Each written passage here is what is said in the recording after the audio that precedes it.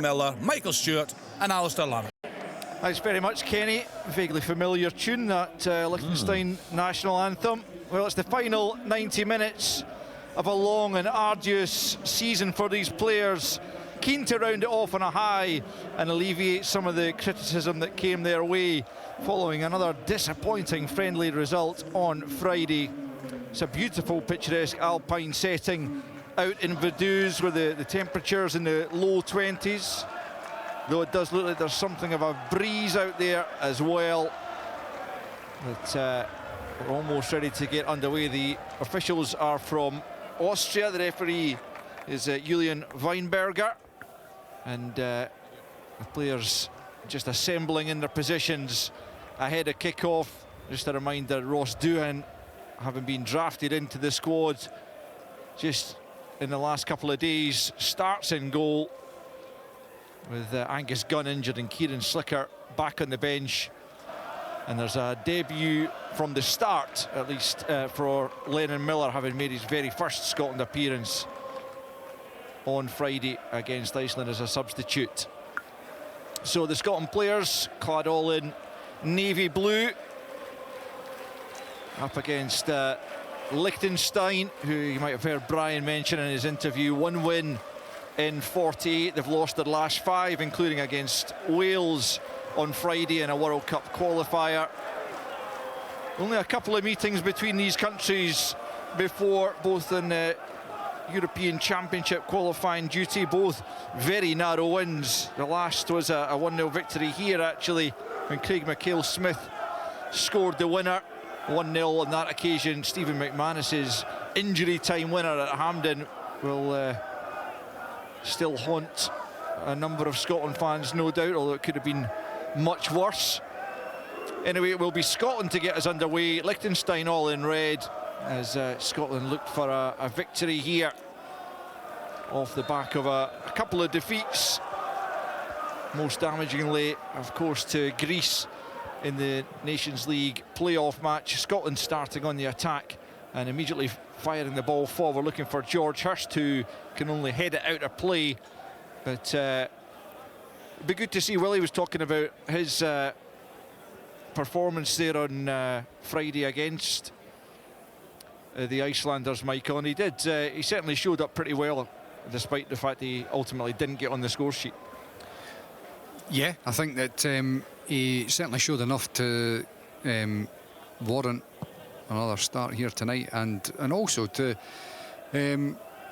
suggest that, you know, there is an alternative, there's an option at the top end of the park. You know, we've been looking at the likes of Lyndon Dykes and Che Adams for a long time. Obviously Lawrence Shankland's been in and around, but I think, you know, what George Hurst showed us on Friday night was that he's got, you know, something there to offer the national team. So you know, I'm interested to see how he fares here tonight. Scotland coming forward down the left-hand side as Andy Robertson gets things moving with a throw-in. Here's McKenna. Completely changed central defence for Scotland with Hendry and McKenna coming in to start. Hendry, we were talking about him a fair bit on Friday, that the fact that he has kind of dropped out of Steve Clarke's, certainly his starting 11, but he's in it tonight for the first time in 5. And Steve Clarke hoping that his side can produce a quicker start and get themselves in front early on in this game, because the longer it goes at 0-0, the stuffier Liechtenstein will become. It's Lennon Miller on the ball, looking to try and inspire something. It's a clever pass forward for Hurst in the left channel, or the left-hand side of the penalty area. He's got a couple of players surrounding him. He tries to float it into the back post and he just gets his cross wrong, but immediately you see the vision and the range of passing from Lennon Miller, and he is a player, even at the tender age of 18, you can just sense he's got something about him, can't you? He certainly got quality, you know, and it's going to take him far in the game, that's for sure. And you know, the first thing that I would say about the start to the game is forward thinking, isn't it? I mean, it doesn't have to be complicated, the game of football. particularly on the back There's of Adams that. in for Hurst. Sorry, Willie, just to break in there. Hurst trying to get on the end of the cross from Adams, and it's just off target, the header from Hurst. Willie's up in our Aberdeen, and might just be watching pictures that are slightly behind ours, so just to clarify that. But sorry, Willie, it is going to be a corner kick. It took a deflection, but I'll let you finish your thought there. Yeah, that was the issue. If I thought that the ball was coming into the box, I wouldn't have been carried on speaking. But yeah, I just think it's more forward thinking. You know, they want to play the passes forward rather than playing it back and playing it amongst the goalkeepers. So I think that's a positive step that the managers obviously emphasise, that they've got to, you know, put the opposition under pressure rather than you know, constantly keeping possession. Comes to Miller, and it's deflected, and it's into the back of the net, and Scotland have opened the scoring. And it's Shea Adams who's fired in the rebound inside 4 minutes. And it is the perfect start for the Scots. It's just what they wanted. Lennon Miller's effort from the edge of the box after the corner kick was cleared as far as him. It took a ricochet into the path of Adams, who fired immediately past the goalkeeper. And it's Liechtenstein 0, Scotland 1. Yeah, it's a good strike. First time from Lennon Miller, although I do think it was drifting wide. And then likewise from Shea Adams, when the ball drops to him, he gets a good first touch to set himself and smashes it into the back of the net past the goalkeeper before he's able to react. And Shea Adams, obviously, he's gone through a little bit of a barren spell, and it'll make him feel a whole lot better about himself. In fact, He's taking it well. Sorry, but I'm just thinking, was it Gibraltar game when his last goal, Al? Yep. This time last year? Exactly. The 3rd of June last year was his first goal in 11, and he's only won in 19 prior to that one. Early doors. Michael's very pleased with himself that he managed to remember that. That was a good goal though, wasn't it? I mean, he just pounced on it, and very instinctive, and you know, put the boot through it, and it ends up in the back of the net. It just shows you, if you get in the opposition box, what you can do to get them tested early. Yes, indeed. Scotland ahead then, and they're coming forward once more, and it's Robertson out to the left-hand side where McGinn started the game. And then it's threaded forward, Robertson into the penalty area, chips it to the back post. Ralston won't reach that one though. It's out for a throw-in deep in Liechtenstein territory, as the Liverpool and Scotland player just can't quite pick out a teammate. And so 5.5 minutes in, it's Liechtenstein 0, Scotland 1. It just looked as if for a split second there, like Anthony Ralston could have perhaps kept it in, but it drifts away out for the Liechtenstein shy on the far side. But I think it's just exactly what Steve Clarke would have been hoping for, in terms of, never mind just a bright start, getting an early goal as well. It just alleviates any sort of lingering pressure, but also just floods the team full of confidence and gives them something to build on. Yeah, and they've got another corner nodded behind there by Jens Hofer. And Steve Clarke just sitting arms folded on the Scotland bench. Doesn't look, I'm never sure he ever looks altogether delighted, but I'm sure he will be content with the way his side have begun this game, certainly on the front foot, and looking for a second goal here in the early stages in Vaduz, as Andy Robertson goes out to that right-hand side, which is where he swung the corner in for the opener. Let's see if they can repeat that trick. Back post bound, keeper gets a good fist to it, and actually the referee is blown for a free kick to Liechtenstein, as a defender had gone down there. I'm not sure he was caught by a Scotland player. It is actually Hofer again. As the ball came in, Michael, do you spot anything? No. Not massively. It's Hurst. No, I mean, Hurst it's with him. Hurst is at the back challenging with him. I think the fact that it's a head cap that comes off is what's made the referee stop and just be concerned there was a head knock there. But yeah, I don't think there was a great deal in it. The free kick's taken. It's 1-0 Scotland in the early stages out in Liechtenstein, as they look to finish the 24-25 campaign off on a positive note ahead of the World Cup qualifiers starting for the Scots in Copenhagen in September. Already Liechtenstein have played 3 World Cup qualifiers. They're in a bigger group, and they've lost all 3 without scoring a goal. Here's Lennon Miller, already seen plenty of the ball in the heart of the Scotland midfield, and now it's Gilmour alongside him. Neat turn away from his opponent. Miller tries to get the ball forward again. That's cut out, but it'll break back to McKenna on the halfway line, and he plays it to Hendry. What I would say, you know, when you're touching on Lennon Miller before, and I know it's a different career path because Billy Gilmour was at a huge club in Chelsea to begin with, but you feel they've got a similar impact on the national team, and you can see when they step into this level, they just take it so comfortably. They recognise that they're capable and that they can have an impact. Middle of the park, always looking to get on the ball, and I'm really interested to see the two of them linking up together. I think the two of them will dovetail really nicely. The two of them always wanting the ball, they're always going to be supporting each other as well, and they both look to play the ball forward quickly. Now, if you've got the two of them sitting in the midfield with the likes of Doc, you know, McGinn, McTominay, Christie, these guys in front of them, then you know, to me, certainly looking at that, it augurs well. There's a Scotland player going down in the middle of the park. I think it is Lennon Miller, and the referee has stopped play. Not actually sure if he's given the free kick or if he was concerned it was a head knock again. But 9 minutes in, Scotland lead by a goal to nil. It's just going to be a drop ball. I think the referee did feel it was a head knock. Lennon Miller's back on his feet, and the ball is dropped at the feet of Kenny Kindle. He's a good reader of the game, I believe, Michael. Oh, dearie me. I mean, Willie, can you believe it doesn't get any better, does it, Willie? No, it doesn't indeed. It doesn't. He's been working on that for quite some time now, Michael. Oh. Anyway, Liechtenstein trying to come down the left-hand side. Someone a wee chuckle himself here, Willie. Quite pleased with that, to be fair. It takes him away from the 100, doesn't it? The 100 years. Actually, on reflection, I don't think it would be far. Would have been far he's not trying to go back to it, I think. Yeah. If you're in a hole, stop digging.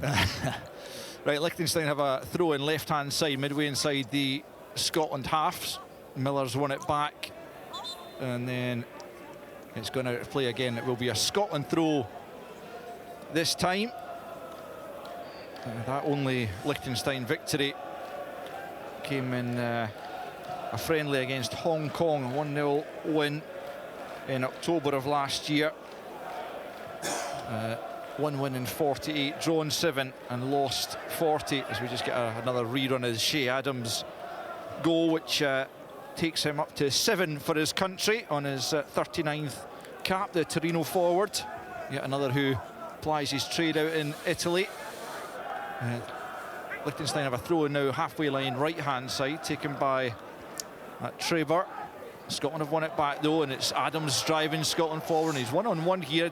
Obviously didn't really fancy his chances of beating them for pace, but it's a good ball in from McGinn, and it's Lewis Ferguson almost getting on the end of it to good effect, but he just maybe took his eye off it at the last minute and couldn't get the shot off. Otherwise, Scotland could have been in for a second goal. We've got it back in the midfield here through Gilmour. 11.5 played out in Vaduz at the Rhine Park Stadion, and it's Scotland leading by an early Shea Adams goal to 0, and they're certainly controlling this game. But I'm sure the Tartan Army, who have made their way out there, and they've made their way out there in good numbers as always, will be looking for a few more goals in the sunshine to put a smile, I guess, back on their faces after the rather dismal showing against Iceland. Liechtenstein have won it inside their own half, right-hand side, but they've given it straight to Lennon Miller, and he plays it infield for Gilmour. Gilmour on the edge of the centre circle. It's Ralston now stepping forward, back in the team after sitting out the Iceland game, having started the previous 12 for his country. Here's Robertson on the other flank. Just plays a short ball into Adams, who plays out to McGinn, left-hand side. He tries to play it into the penalty area. Adams can't get on the end of it, and it's out for a throw-in this near side. But a positive start, certainly, Willie Miller. Well, very positive, yeah. I mean, I don't think there can be any complaints about the attitude and the tempo that Scotland have started with. It's been particularly easy because Liechtenstein have not made any attempt really to get into the Scotland half. I think by good fortune perhaps have made it on one occasion, but they seem just happy to sit back and try to soak up, and with that early breakthrough they haven't changed at all, but really positive from a Scotland point of view, and they're looking to dominate the proceedings. Given away by Hurst in a forward area, and Liechtenstein try to play their way out of trouble here, and then it's hoisted down the right wings. A claim there for a free kick with McKenna just holding his ground, but the referee's not interested, and Scotland pick up as McKenna finds Gilmour on the halfway line. Now it's Hendry, plays it square to McKenna, out to the left hand side to Miller back into Gilmour. Early ball for Hendry, and he's able to step forward into a bit of space now in the central area. Plays out to Ralston. It's Ferguson actually picking up possession, and now it's Ralston. He tries to find Ferguson once more, but gives it away, and Liechtenstein just play the ball forward. They didn't actually manage a single shot in that defeat by Wales on Friday, and they'll be looking to at least improve upon that over the course of the 90 minutes as Robertson clips it forward looking for Adams. He's beaten to it, but it's going to break the way him again. Left hand side of the penalty area now. Past one challenge to the byline, but it's too close to the goalkeeper, and it's a good take from the experienced Benjamin Buchel in the Liechtenstein goal. And after 14 minutes it remains Liechtenstein 0, Scotland 1. Yeah, it was good play for John McGinn, getting down the line and hitting the byline. Not particularly great defending, mind you, but just at that moment there, looking for a little bit better from John McGinn. It's Scotland in possession once more. The pitch looks a little bit bobbly out there as Billy Gilmour fired the pass across the ground, but Scotland have it through McKenna just inside his own half. Plays it short to Robertson, who wins his 84th captain out, takes him just 7 behind Jim Leighton, who's second in the all-time standings for Scotland, and surely only a matter of time before he overtakes him. All things being well for Andy Robertson, a year left in his contract at Liverpool, and making it clear last week that he still sees his future there, with it looking likely. I don't think it's quite over the line yet, is it? But Liverpool are looking to bring in Kerkez from Bournemouth, who's a quality left back. Here's McGinn on the left hand side, finding Robertson at the edge of the box. He just pokes it to Miller. Miller can't get it back to Robertson, but it does break kindly for Ralston. Right hand side, into the area it comes, away by Traber, picked up just outside the box by Gilmour, who feeds it to Ralston, and now Ferguson, who's started just out on that right hand side of the midfield, as Steve Clarke tries to find a formula in which he can get his best players, who a lot of whom are central midfielders, all into the same team. And it's a conundrum that is proving pretty difficult to solve, as Gilmour plays it forward now for McGinn, gets it back in the midfield, just stabs it back to Gilmour, who tries to switch the play, doesn't quite come off, but it's going to come to Hendry, who now gets it out to the right hand side to the Celtic fullback Ralston. Back with Hendry once more, about 20 yards inside the Liechtenstein half. Ralston again on the right hand side, just plays it forward to Ferguson, who scored that unfortunate own goal to put Iceland back in front. Scotland player gone down there, and the referee stopped play. I don't think it was a foul, but again, it just looks like the turf. It's George Hurst who's gone down. And I noticed a couple of players just kind of catching their studs in the turf almost. Not entirely sure that's exactly what happened to Hurst, but I think he'll be all right to carry on just after a moment's stoppage there. Yeah, I couldn't see anything really going on there. But then again, Angus Gunn was the same. You couldn't see too much wrong with, you know, when he came out and grafted that cross into the box. But there you go. Maybe this stage of the season, the end of the season, and you know, the legs are maybe not operating the way they should. But Hurst is up. He seems fine, and they carry on. difficult game though, isn't it? As a spectator, could you imagine going and watching Liechtenstein and being a supporter? It must be torture. Anyway, it's a good start for Scotland, and they've got to be creative in front of goal to break the 11 in front of them down. At least the scenery is no bad, Willie. It looks good, doesn't it? Yeah, it does. Although the tune at the beginning of the game's a little bit. I thought the copyright would have been broken there. No. I think when a tune is a certain vintage, that the copyright rules don't apply anymore. Yes, of course. So there you are. And it's definitely over 100 years old. Anyway, here comes Scotland on the attack, up towards Adams. Doesn't quite reach him. And it's the captain in the middle of the park, Nicholas Hassler of Vaduz, who steps in for Liechtenstein, 34 years old now. As I mentioned, he played in both the previous games actually against Scotland. Here they come into the box, and it's Lennon Miller getting to the byline. He's just stopped from getting the cross in there by the challenge of Lars Treber, also of Vaduz, and it's behind for a Scotland corner. 18.5 played, Liechtenstein 0, Scotland 1. Good play. And I mean, look, this is where you're trying to strike the right balance, because the young, hungry players, the likes of Miller, are going to want to be impressing. And alongside the experience, they can help to drag them along with their exuberance and their energy. But they've got to be good enough quality. They've got to be ready to go and do it. And certainly, I'd suggest that Lennon Miller is in that category. And he's taking the corner from the left-hand side, and it comes to the near post. I think it was Hendry who tried to flick it goalwards, but he couldn't get it on target, the big centre-back.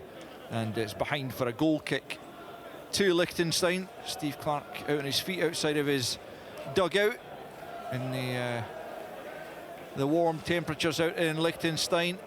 And it's a goal kick to the home side, taken by Buchel out to the right-hand side as Liechtenstein try to play out from the back. They're in danger of putting themselves in trouble here as Scotland look to press them pretty high. Eventually it's just hoisted, hopefully, forward. It's going to work out okay for them as it's picked up there by Fabio Notaro, but out of play in the end for a Scotland throw-in just inside their own half. It's quickly taken. Looks like Steve Clark has asked them to play with as high a tempo as possible, take the game to the Liechtensteiners, and they've certainly got the reward in the shape of the early goal from Shea Adams.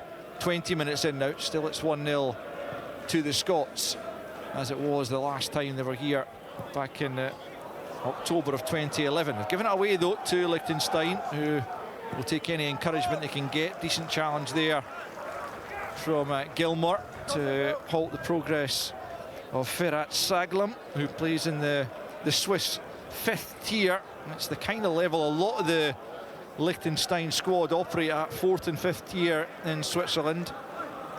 A few of them, as I mentioned, play for Vaduz, who are certainly the best of the Liechtenstein teams. They play in the Swiss 2nd tier, and some of you might remember beat Falkirk in Europe. I think that was back in 2008. But certainly a lot of the Liechtenstein team are part-time nowadays. Speaking to Franz Bergmeier, who actually scored the winner for Vaduz against Falkirk just for Sportsound yesterday, and he was saying they're actually an even poorer team now than they were all those years ago when Scotland last come up against them. As there's another Liechtenstein player going down off the ball. Looks like it's Notaro again for a few stoppages already as we approach the quarter point in the game. Scotland leading by a goal to 0. And to be honest, these sorts of stoppages didn't help Scotland. You know, you want to try to keep some sort of tempo and momentum at the game, and when you're getting stoppages like this, it just drags any energy out of the game. Obviously looks pretty warm as well. Surface is a bit sticky, and then you get these stoppages. It inevitably just takes the tempo out of the game.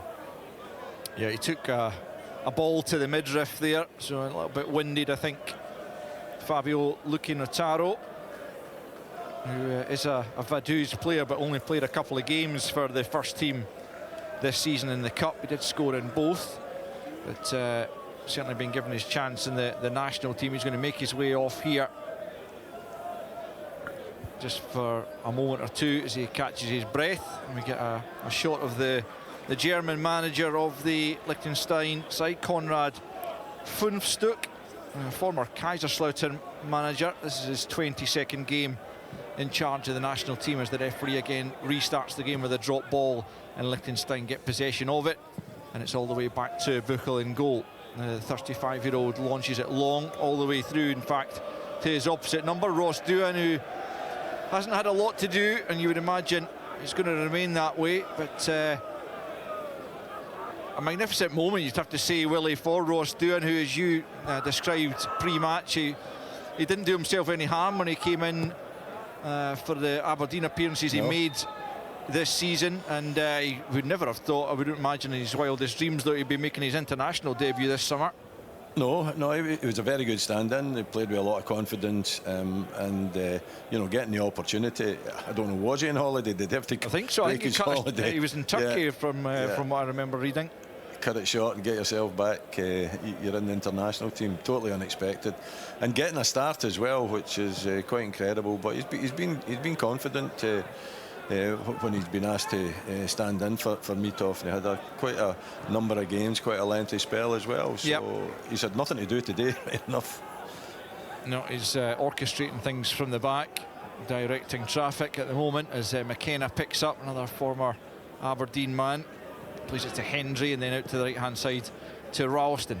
Does look a little bit sticky, the way the ball is running, or almost failing to run at times, as there's a heavy challenge goes in there on Ferguson, but Scotland in possession with Gilmour, and he just rolls it back to McKenna, and the game's allowed to continue. Ferguson back on his feet now with Robertson in possession on the left-hand side. We've played 24 minutes. Scotland leading by the early Shea Adams goal to nil. No other real test for Benjamin Buchel thus far, as Robertson tries to change that as he finds McGinn on the edge of the box. He just pivots a couple of times, tries to wriggle away from his marker, and in the end he's brought him down. The referee allows play to continue, but Liechtenstein almost giving it away. Then they've played it off the referee, and so it'll be another drop ball. They've had more drop balls in this game so far than we've seen in most of the rest of the season as a whole. But we're already back underway as it's back with Buchel once more, making his 74th appearance for his side. It's a poor clearance down. He's only found Miller, and now it's Adams, bottom corner, and he's got his second of the evening.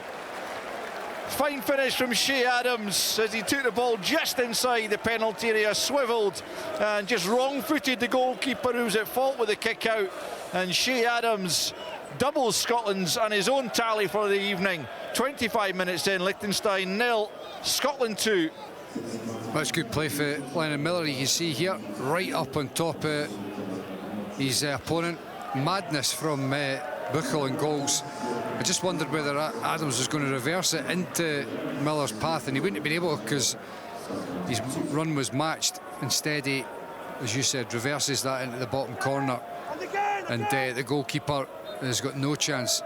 You just see here, he shifts it and then into that bottom corner, and the goalkeeper's got all his weight on his left side, thinking he's going to go the other corner, and Shea Adams doubles his tally for the night.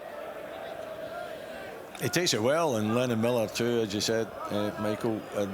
Although it was a short pass, the pressure was good. The short pass just sets Adams up, and I'm not too sure if he's caught that sweet. I don't know if he really meant that. Maybe he did. Maybe I'm being hard on him, but I thought there was maybe a kind of a awkward strike by him, but it ends up in the back of the net.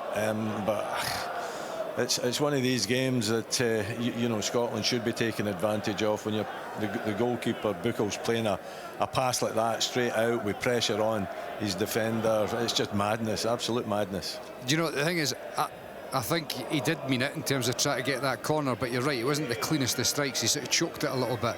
Yeah. Liechtenstein trying to create an opportunity of their own after a kind ricochet off the boot of Robertson. Then McGinn makes a challenge, and the Liechtenstein player going down inside the area. The referee's not interested, and then McGinn is taken down as he surges forward, and that will be a free kick to Scotland. But Liechtenstein themselves were looking for a penalty for the challenge by McGinn on Saglam. We'll get another view of it here, Michael. No chance. I can't believe you're even contemplating suggesting that there was anything to look at there. It's John McGinn, just an absolute strong as an ox. There's no question about it being a foul. But you know, I was just thinking there, that second goal goes in at a very appropriate and good time, because you could just get the feeling the game was starting to die a death. It was slowing down. All of a sudden you get the second goal and it just livens things up again, and the positivity just lingers and continues for a little bit more. No, it certainly wasn't even a suggestion of a penalty there, despite the way that Saglam you seem to be suggesting it, Al. I suggested that they were looking for one, but Willie, you would agree with Michael that it was never going to be given. Saglam goes down holding his head, and there's no contact with his head whatsoever. It's John McGinn being strong, puts his shoulder a little bit into his body, he goes down holding his head. You know, it's one of these ones that he's hoping that he can influence the referee, but I mean, there's nothing in it at all, and certainly it wasn't a head knock.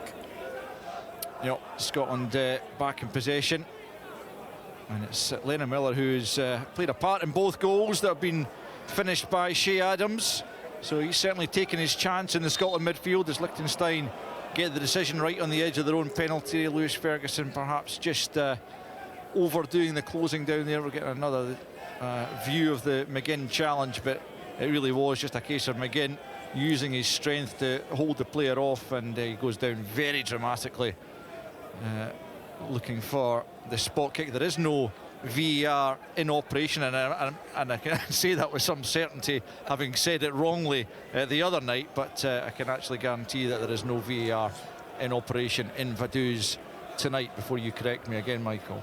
As I know that you love to do on the odd occasion that I do get things wrong. You don't know how good it would be if there was an incident and VAR comes up here. Here's Billy Gilmore, just inside his own half, plays it square to McKenna. Scotland leading by 2-0. Shea Adams with both goals, as McGinn turns away and then plays it back in field to Miller. McKenna for Hendry, just inside his own half, plays it forward to Gilmore. Little dummy from him, doesn't run through to Hurst though, and Liechtenstein defender Jens Hofer was on his toes there to intercept, but Scotland yet again have it back pretty quickly as they look to build and try and create another opportunity. Almost half an hour played in Vaduz, and it's the Scotland fans in good voice, as they tend to be, almost regardless of the scoreline, but they'll be happy with this one. 2-0 they lead. McKenna just winced there as he played that pass, but Robertson picks up and plays it forward for Adams, who's battling away but losing out just inside the Liechtenstein box. Again, Scotland pick up. Robertson can't keep it, just losing his footing, but again Liechtenstein giving the ball away very cheaply. Scotland looking to build through the midfield. It's back with McKenna again, just inside the Liechtenstein half. Plays it square to Hendry. McKenna looks for it again, steps forward. He's comfortable doing that. Plays it out to the left-hand side to Robertson, and then gets it back once more. The Las Palmas defender looks like he's going to be playing in the Segunda Liga out in Spain next year, after Las Palmas were relegated, assuming he stays out in Gran Canaria for another year. He and Ollie McBurney going down second bottom of La Liga, but another good experience of another league for Scots International, as Liechtenstein do well to play out from the back this time, only to eventually give it away, and Adams plays it into the edge of the box for Hurst. Hurst just overly physical there in the edge of the box, barging Aaron Sella to the ground and conceding the free kick, and a bit of respite for Liechtenstein, who, well, they must be used to being on the back foot, Willie, but I just question what is there to be gained by Scotland in taking on an opponent like this? Well, to be experimental, but the manager doesn't want to be experimental, according to what he says. I mean, for me, I think friendlies like this is about introducing fresh blood. You've got Lennon Miller, so he's fresh and he's getting the opportunity. You get George Hurst, who's getting the chance as well. It's a back four again, reverting. The two centre backs have done particularly well. It's fine. I think it's more about the camp, is it not? You know, when you've got two friendlies back to back like this, getting the players together. But playing against this sort of opposition, I mean, at the top level, you're not going to experience it. So I don't know, you know what you're going to get out of it unless you run up, you know, a good scoreline and a good win. Yeah, well, they're on track to do those. You would say 2-0 up after 32.5 minutes as Liechtenstein pick up possession though inside their own half out to the left-hand side. It goes and it's back with Hofer. He'll go back in field to Sandro Wieser. Plays it out to the right-hand side to Lars Treber. Keeping possession at the back for the moment, but under pressure is Kindle. He plays it into a dangerous area in the middle of the park and it's picked up by Ferguson. Now McGinn.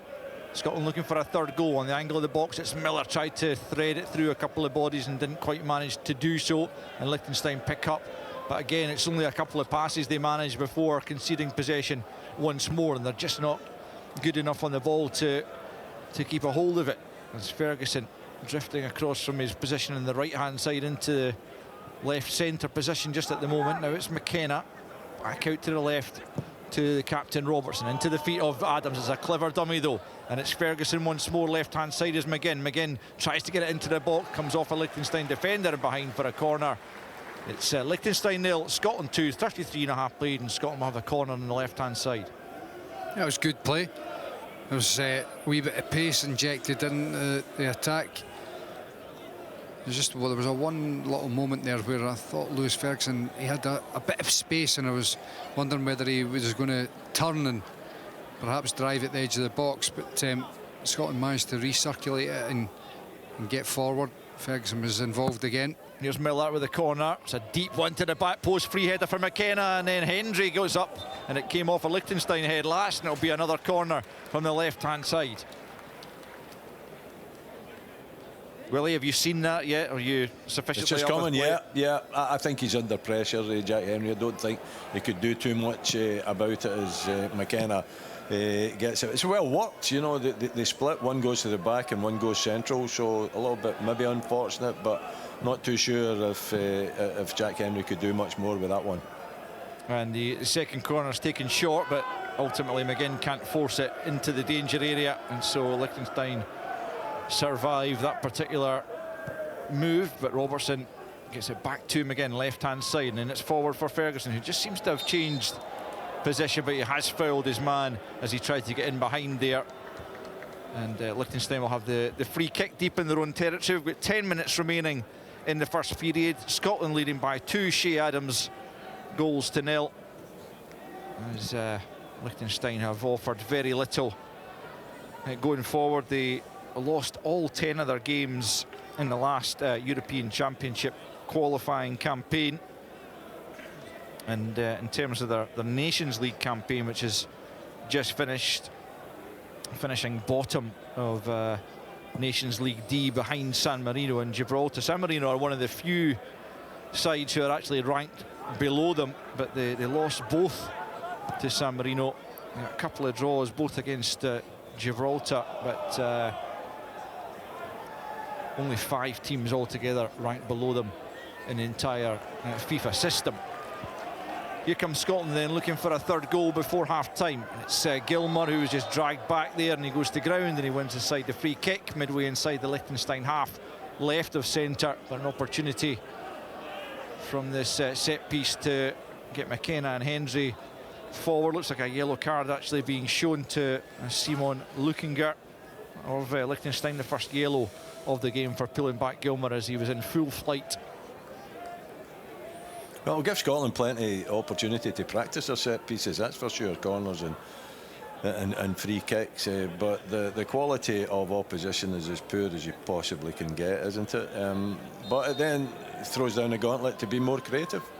Here comes the free kick then. It's Robertson who swings it into a good area. It's well defended initially, at least. Liechtenstein clearing their box, and it's picked up by McGinn, about 25 yards from goal. Plays it short to Adams on the angle of the box on the left-hand side. He just rolls it back to Robertson, midway inside the Liechtenstein half. He goes back in field to Ferguson and out to the right-hand side now to Ralston. Ferguson gets it back and plays it quickly to Hendry, who'll play it square to McKenna, and back out to the left to the skipper Andy Robertson. Back with McKenna once more. Liechtenstein with everyone behind the ball as we move to within 8 minutes of half-time. Scotland leading by 2-0. McKenna on the halfway line. Scotland just slowing it down ever so slightly just now. Hendry then for Miller. Like Gilmore, always making himself available for a pass. Now it's McKenna driving forward into that left channel, then plays it out to McGinn, back towards Gilmore, and then Hendry. Scotland looking for a way through a rather tightly packed Liechtenstein back line. Now it's Ferguson out on that right-hand side, can't get the better. Actually, it was Ralston who was trying to take his man on out on that far side. He can't get the better of the defender, and Liechtenstein can come forward in a rare attack down that left-hand side, but it won't be caught there by Max Gopal, who's playing as a left wing-back, essentially, out for a Scotland throw-in, though. 38 played, Liechtenstein 0, Scotland 2. Michael's just in danger of nodding off here. I think we need another bit of action from Scotland. It's difficult, you know, when you've got a game the way it is just now, where the opposition have no real effort. They don't make any effort at all to get themselves forward. No, it's all about just keeping the scoreline down, I think, for Liechtenstein. Scotland have a throw-in in a well-advanced area on the left-hand side. It's Robertson into Hurst. Tries to get past his marker. The referee is pointed for the corner. Liechtenstein claiming that it was Hurst that took it behind, and a little bit of sympathy for them at first glance at least, but the referee he's actually asking, I think he's asking George Hurst. He's given a goal kick. He's asked George Hurst, did that come off you last? And I'm not even sure Hurst has admitted it did, but the referee's changed his mind. How often do you see that happening? I've just seen Al get more excited about the referee's decision than he has about goals. That's astonishing. Very animated there. Yeah.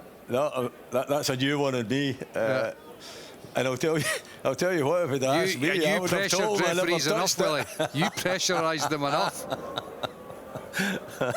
But what do you say? I mean, if a referee asks you, did that come off you? There's only one answer. No. Whether it did or not. It's not your job to correct the referee, although I did try it on many occasions. Yeah, correct.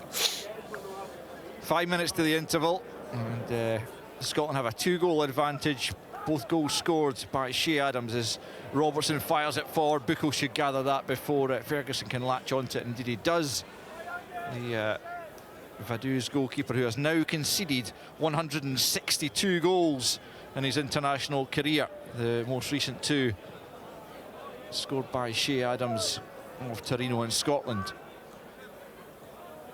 Not sure there'll be too many international goalkeepers who have conceded as many as that, as Robertson switches plays, looking for Ralston, who will scurry across there to the right-hand side and keep it in, and then play it back in field for Gilmore, who's quickly closed down and dispossessed. Actually, it's a good challenge just inside the Liechtenstein half, and forward they come as Lukinataro carries it to the edge of the box. He goes down at the edge of the box. The referee's happy enough with the challenge, though, as Lukinataro does look like he likes to go down under the slightest of pressure, but I actually feel he might have had a case on that occasion. But Scotland waste no time in coming forward on the left flank, and it's Robertson playing it into McGinn. McGinn midway inside the Liechtenstein half, plays it short to Gilmore. Gilmore out to the right-hand side to Ralston. Scotland looking for a third goal with 4 minutes left in this first period.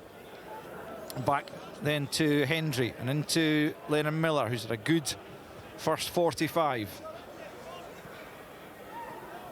Scotland on the right-hand side now, looking to get the ball into the area. Hurst was just slightly on his heels as the ball came in from the right-hand side. Looked too close to the goalkeeper. Anyway, we've got a rerun here, Michael, of the Lukinataro run forward. Across came McKenna. Did he just take him out there? No. It's one of those instances that happen in football. Yes, there's contact, but not every contact is a foul. Liechtenstein pick up possession just inside their own half. Played it forward. There's a man had gone offside, and so obviously couldn't go for the ball, and McKenna gets it back to Doohan. It's as much as he's had to deal with under a little bit of pressure there from Harsler, but he manages to get the ball clear comfortably enough as we approach half-time. 3 minutes left in this first period. Scotland still leading by 2-0. Miller has it on the halfway line. It's another wonderful ball down that left-hand side. It's McGinn on the left, turns away from his marker, curls it in towards goal. Good save from Buchel. Can Scotland pick up on the rebound? It's Hurst trying to make something of it. Cleared as far there as Gilmour, who nods out to the right-hand side to Adams. Out comes Ralston on the overlap. Adams looked to try and play him on the inside, and he hadn't made that run, and it's back with Buchel. But John McGinn just a second ago denied a potential third goal. Another wonderful pass there from Miller. Yeah, it's a great ball, and it's a really good play for John McGinn as well. It looked as if that was going in at the far post there, cutting back in on his right foot, but getting a good strike away. That was a lovely pass for Lennon Miller. I think Lennon Miller might be adding another million onto his potential summer transfer fee if that does materialise. He's had a really good first half, Willie. He has, yeah. I mean, really productive and sees the pass, and not only sees the pass, but capable of executing it accurately as well. But John McGinn has been good, I've felt. John McGinn he has, isn't he? This left-hand side, yeah. Right. Yeah. He's, you know, and he was one of those guys that falls firmly into that category where I take my hat off to him, because so very easily could have been saying, I've got a tight calf or something after a long, hard season. It's not in his DNA, is it? Well, it's clearly not, and that's why you've got to give him a huge amount of credit.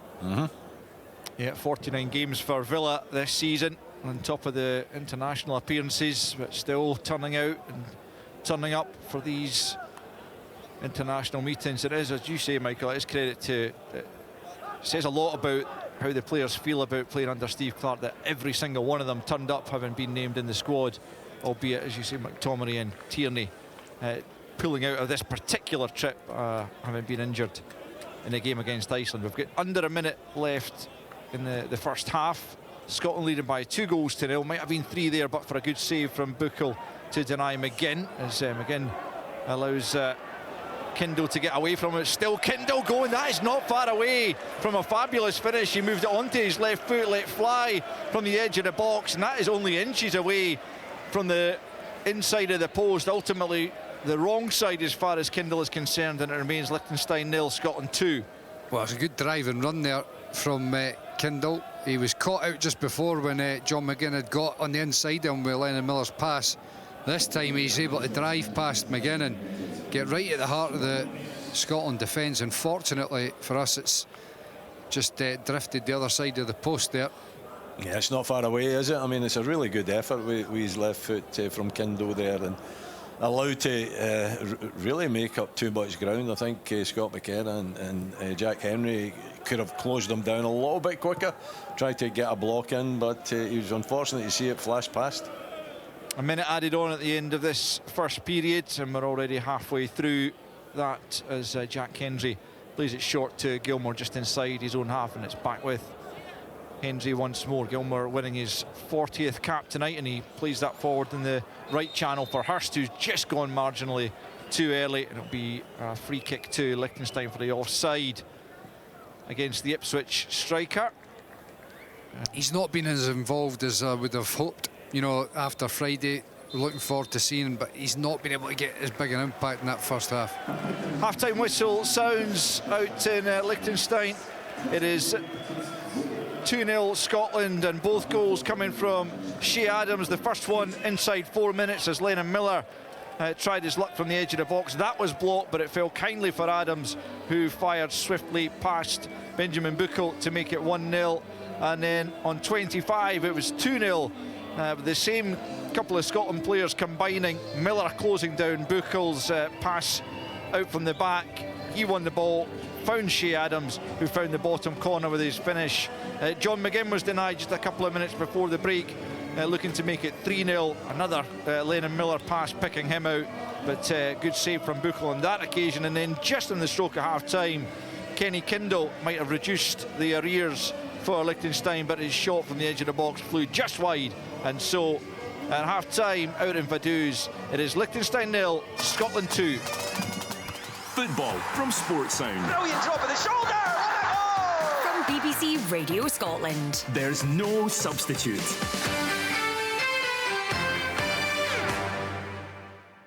BBC Radio Scotland is celebrating a summer of live music. We're giving you the chance to win tickets to the biggest gigs and festivals across the summer. Here comes the lyric.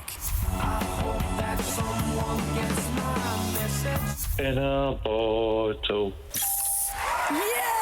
Brilliant. I've always been a big fan. There's 2 chances to win every Wednesday. Listen to mornings after 10 a.m. for the first chance to play. And afternoons after 1:30 for another chance to win. To find out more about the competition and the prizes, head to bbc.co.uk/Radio Scotland. Win every Wednesday with Live in 2025 on BBC Radio Scotland. So, Liechtenstein 0, Scotland 2 at half-time here on BBC Radio Scotland Sports, and bringing you all the action as ever. Michael Stewart is alongside me here in the Glasgow studio. Willie Miller is up in Aberdeen for us this evening. Michael, what have we learned from that first half performance from Steve Clarke's team? Lennon Miller's a good player. Yeah. So comfortable, isn't he? He is, yeah. I mean, obviously not want to overhype it or anything like that, but it's another example of, you know, him stepping up to, you know, the next level. Granted, the opposition are not a huge test, but the magnitude of the fact that he's starting for his country here, you know, and he's only 18-year-old, and he just takes it like a duck to water, and you know, he's one of the, you know, the big positives from this, and that I'm looking at him, and I've always felt he's the type that when you put him in with you know, better players at the next level, he will not only settle in comfortably, he then becomes one of those ones that are actually wanting to, you know, dictate the game, actually become one of the main folk. And I'd be, you know, if he continues in this form in terms of, you know, club level next season, I would be contemplating starting him. So where does your... We spoke before the programme, you touched on this on Friday night, when Ben Doak is available to us, he should play. We should build our team around him. We start with the back four. So let's leave the personnel aside for the back four. From there forwards... Miller, Gilmore, Doak, McTominay, McGinn and a striker. Sounds good, doesn't it? That sounds like a strong midfield to front area. Yeah. A lot of quality there. I mean, I think so. And it's got, you know, the balance. It's got goals, it's got pace, it's got experience, it's got creativity, good ball retention as well. I mean, it's fitting, you know, players in it, but you've got to get that balance right, because at the moment, you know, to give Lewis Ferguson a bit, he's not a wide right player. You know, John McGinn has got good experience of playing in these areas. He plays it well. He's not an out and out wide player, but he does it well. Lewis Ferguson's not really that type. But if you chuck out the pace of a Ben Doak in that area, all of a sudden it just complements what else is there. Still think we're obviously looking for who can lead the line. That's the position that's really up for grabs in that you know, middle to front side. Well, speaking of that area, Willie Miller, at least what we have also learned tonight is that Che Adams can put the ball in the back of the net. It feels like an important confidence booster for him getting these 2 goals. Yeah, it does, and it's unusual he's got a partner beside him as well. I don't think we'll see that in too many occasions, but I could be wrong, having 2 strikers on the park. But the first one, you know, he's taken it really smartly. You know, he's just pounced on it and put the laces through it and rifled into the back of the net. And the second one, yeah, I was watching a replay. I'm watching another replay of it just now. He doesn't hit it crisply. Now, as Michael says, it looks as though he's tried to put it into that corner and he's bamboozled the goalkeeper.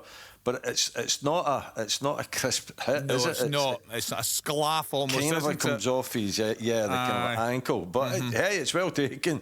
It's well taken. You know, it's just so poor defending and the goalkeeping. But it has certainly sent the goalkeeper the wrong way. He's thinking he's going to go for the curler towards the far post, and he cuts it back, and the goalkeeper doesn't move at all. He's just rooted. So yeah, two good goals from him. That's bound to boost his confidence at this level. From a defensive point of view, though, you know, you've got two.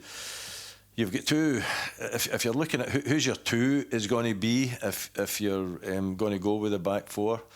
You know, I think Suter and McKenna is a very, very strong partnership. You know, Jack Henry, yeah, but I would put Suter in front of Hendry.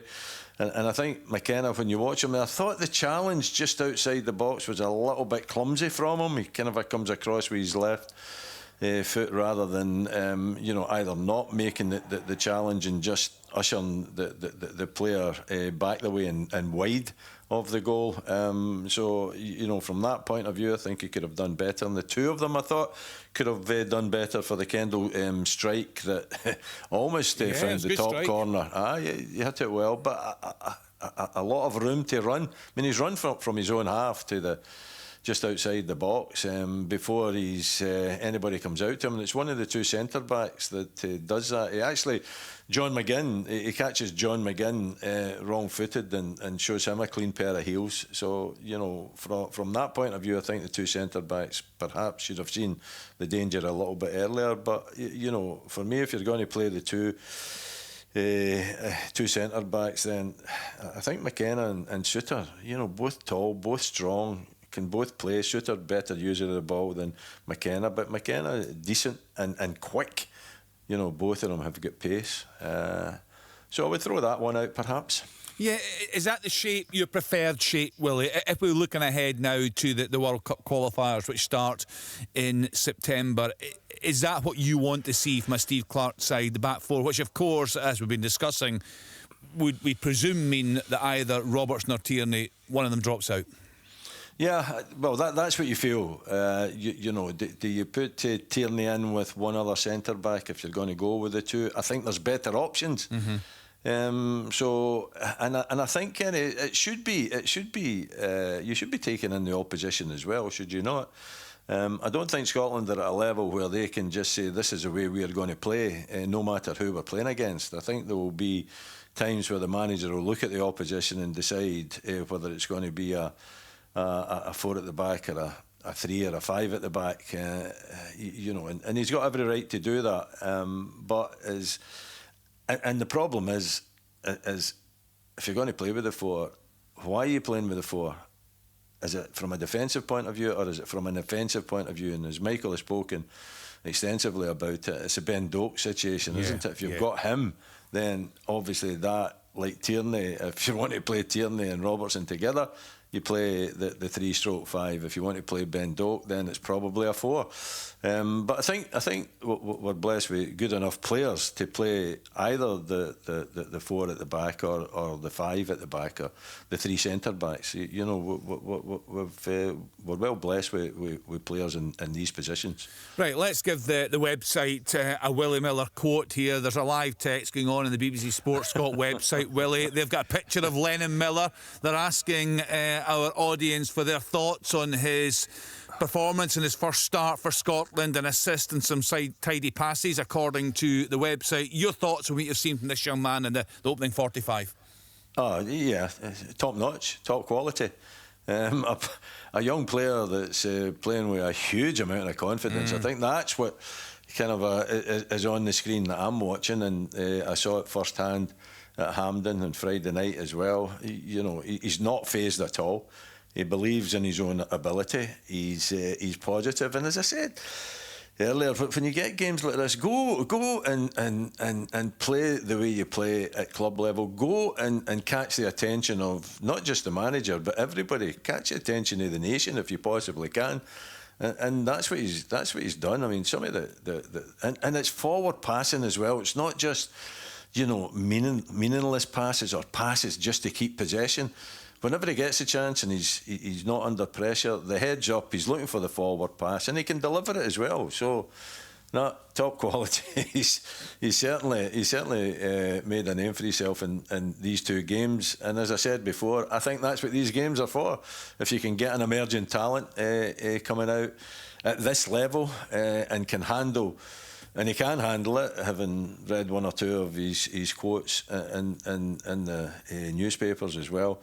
He seems a confident boy, and he's certainly shown it, in both these games. Yeah, he's been terrific to watch, Willie. Perhaps not so much from his point of view. He's a young man, probably just relishes getting as much game time as possible. But from the older professionals in the squad, they'll be delighted when the final whistle goes tonight. They get back home, back to their families, and then a well-deserved break. The players really need, as Michael is saying, it's not just physically, it's mentally as well, isn't it?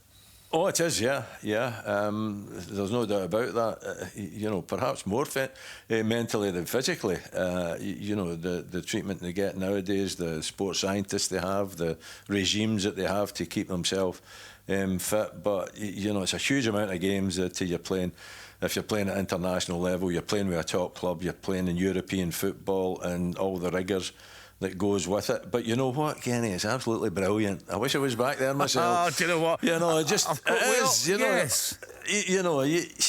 Everything that you give up, and you do give up a lot, in terms of family life and perhaps your social life as well. But it's fantastic, and these guys relish it, and to have them all turning up, as you were speaking about earlier. I've been in camps, and I got my first opportunity Hungary and Poland when some of the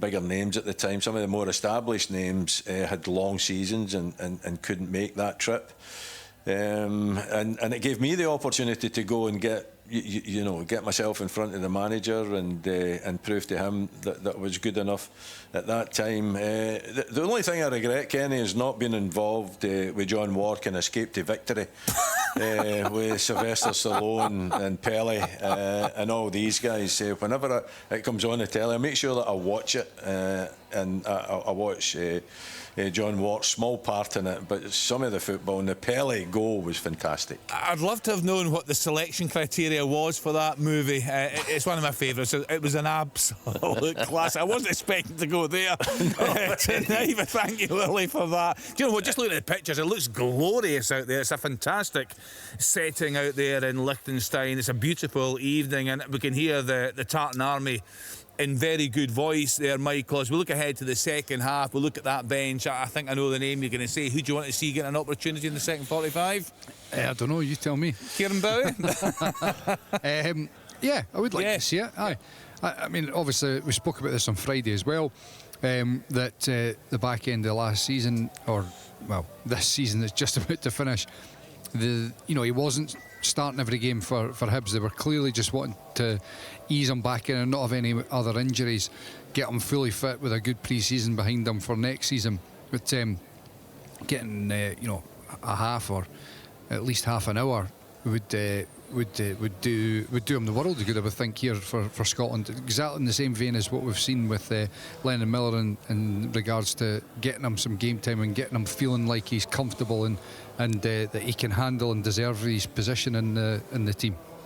Well, we said surely they will win tonight. Certainly Scotland are on course. Or just that one fright, that really nice shot just wide on the stroke of half-time for the home side. We can see the players ready to come out now for the second half. John Carver just there at the mouth of the tunnel, one of Steve Clarke's assistants. He spoke about the freshen up he gave to his backroom team there and how he looked at things after the disappointment of the Euros, and we certainly saw improved performances in the Nations League. It was a hugely disappointing night, of course, for us all at Hampden on Friday evening. But in the sunshine out there in Liechtenstein, Scotland are bouncing back tonight. 2 goals up away this evening. Che Adams with both strikes, the first on 4 minutes, the second on 25 minutes. So this is the final game of the season. It's been a great season, so many stories, and actually already so much to look forward to at the end of the summer. We kick on again with the league campaigns, of course. There's a League Cup that gets underway around about the middle of July, as you'd expect. Full coverage right here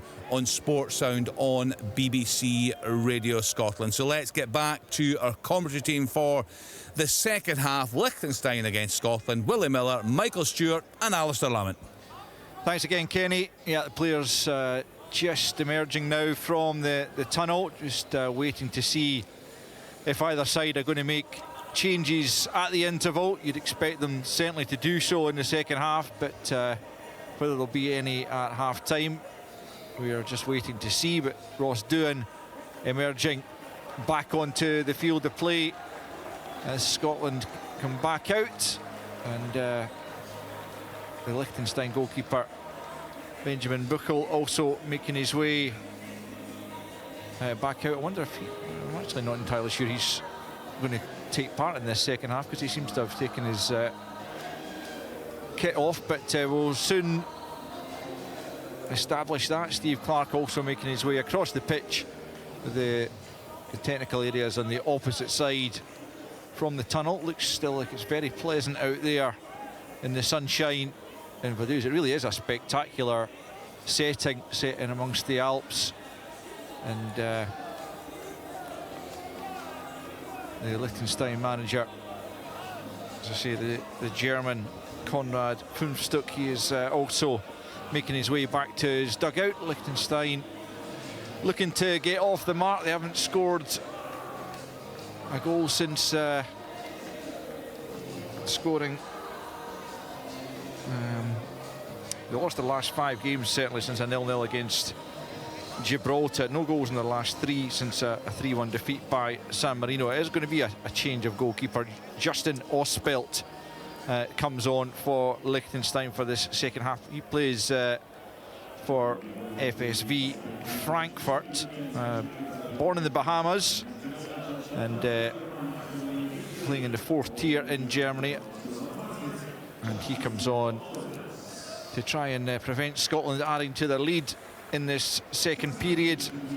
2-0 Scotland lead then. Doesn't look like there's any changes from the Scots that I can see, as Liechtenstein prepares to get us back underway, and off and running we go as Liechtenstein play the ball back the way to the left hand side and then played forward down their left flank, but straight out of play, and a throw into the Scots to be taken by Ralston. He goes back the way to Hendry, who knocks out to the left hand side to Andy Robertson. Scotland looking for a similar start to the one they made in the first period, as it's nodded back though to Ospelt, who's making just his 6th appearance for his country.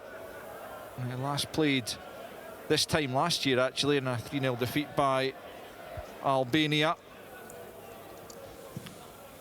A player who has spent time at Vaduz, but as I say, playing in Germany most recently. As Gilmore hoists it forward, it's a good ball for Adams. I might just think about taking that first time, but just checked in the turf. Back with Ferguson, good ball across goal, and then not behind for an early Scotland corner. It was Traber who was doing the defending as Ferguson put it into a dangerous area.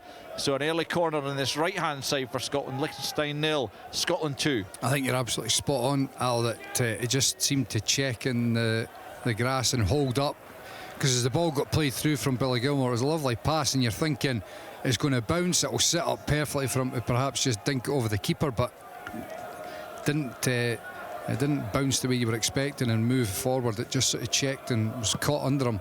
Robertson's corner from the right-hand side is a deep one. Lennon Miller will have to go and retrieve that at the edge of the penalty area. Plays it back to McKenna, who helps it back into the penalty area, and it's cleared, and then Ralston from about 20 yards inside.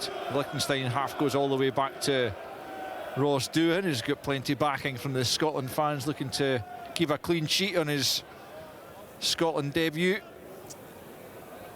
He's certainly been untested thus far, as it's picked up just outside the box, and Ferguson rolls it out to McGinn. Looks like two of them have swapped sides at the start of this half. McGinn tries to just cut across the goalkeeper. I think that might have come off the post actually in the end, as it's not back in by Ralston, and now it's in, and it's George Hurst who knocks it in at the back post, and Scotland within 2.5 minutes of the restart have got their 3rd goal. And George Hurst, who was denied on a number of occasions on Friday by the Icelandic keeper, does have his first Scotland goal on his 4th Scotland cap. It is Liechtenstein 0, Scotland 3. Well, I don't think there's any doubt that this hits the post for John McGinn as he steps back inside. Good overlapping run from Ralston. I think the keeper might have got a touch on it as well, but onto the post, and then the ball back in. Hurst reacts really well. This shot gets down low, hits the post. Ralston on that overlap gets to it first and puts in a dangerous ball. So Che Adams at the front, I think, flicks it on, and George Hurst, being the first to react quick, to anticipate just where the flick was going to land, and he's able to flick it into the back of the net. Twin striker play, do you think it's something that will catch on? Really good cross from Ralston though, wasn't it? And I felt as though that's what Shea Adams was trying to do. Don't think he was going for goal, he was just trying to play it into a dangerous area, and Hurst there at the back post to slot it home. Easy street now for Scotland, but well worked. A well worked goal, and Ralston, you know, playing a big part in it down the right hand side as well. Yeah, absolutely. And George Hurst off the mark for his country, and as Willie points out, both strikers now not only linking up for that goal, but both on the score sheet, which is ideal. It's not often Scotland go with two front men. I'm not sure it will be something they persist with, but those two doing everything they can to show that it might be something worth looking at again. George Hurst with, as I say, his first Scotland goal. He had one chopped off against Iceland. McTominay had gone just offside before he had his initial effort at Hampden, and when Hurst rolled it into the empty net, the offside flag ultimately, or the VAR decision as it was, denied him. But yeah, Liechtenstein falling 3-0 down, and I guess really now for Scotland's a question of how many do they want? Do they want to just kind of really go for it, you know, scent blood and try and notch up a handsome victory here? And it's certainly there for them if they can continue the pattern of the opening 50 minutes. And you have to say, Willie, it has been, on the whole, as much as you could almost argue this is a no-win game to go out into, it has been a good response to all the criticism that came their way on Friday. No, it has been. You know, you've still got to find the back of the net as well, and you hope that nothing outstanding is going to be done by the opposition, which was close to when it was 2-0 with that Kendall strike. But no, you know, the managers started with the two up top as well, both of them getting goals. It's been a dominant performance, and your two, you know, main strikers are scoring goals. So, you know, so far it's been great, and you're right, it might be added to as the night goes on. There's a couple of changes coming for Liechtenstein early in this second period, and Andrei Netzer is going to come on. He'll replace Fabio Lucinotaro up front. That is the first of the changes, and as I say, Netzer comes on for him. And just waiting for confirmation. It's Meyer is the other. Livio Meyer is going to come on.